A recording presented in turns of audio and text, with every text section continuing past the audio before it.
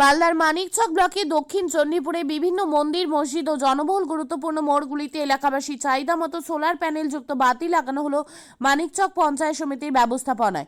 এদিন উদ্বোধনী অনুষ্ঠানে উপস্থিত ছিলেন মানিকচক পঞ্চায়েত সমিতি খাদ্য ও সরবরাহ দপ্তরের কর্মাধ্যক্ষ রানী মণ্ডল, ভূতনি থানার পুলিশ অফিসার মনসুর আলী, দক্ষিণ চণ্ডীপুর গ্রাম পঞ্চায়েতের বিরোধী দলনেতা নজরুল মিয়া, বিশিষ্ট সমাজসেবী কৈলাস মণ্ডল, মনোরঞ্জন মণ্ডল, রতন মণ্ডল সহ প্রমুখ। ফিতে কেটে নারকেল ফাটিয়ে এবং গ্রামবাসীদের মধ্যে মিষ্টিমুখ করিয়ে এদিন লাইটগুলির উদ্বোধন করেন পঞ্চায়েত সমিতির কর্মাধ্যক্ষ রানী মণ্ডল সহ অনুষ্ঠানে উপস্থিত বিশিষ্ট ব্যক্তিরা।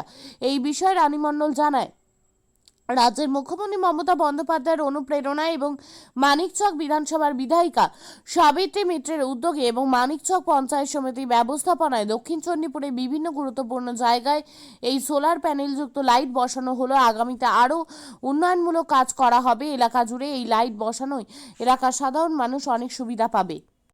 আমাদের মুখ্যমন্ত্রী মমতা ব্যানার্জি এবং আমাদের এমএলএ ম্যাডাম সাবিত্রী মিত্র ওনাদের উদ্যোগে আমাদের পঞ্চায়েত সমিতির তরফ থেকে দক্ষিণ চণ্ডীপুরে বিভিন্ন জায়গায় লাইট লাগানো হয়েছে। মন্দিরে, মসজিদে বিভিন্ন জায়গায় লাইট লাগিয়েছি। তার উদ্বোধন আজকে আমরা করছি সবাই মিলে। আমাদের সাথে অঞ্চল নেতৃত্ব আছে। কটা লাইট লাগানো হলো? অনেকগুলো, মোটামুটি 10টি।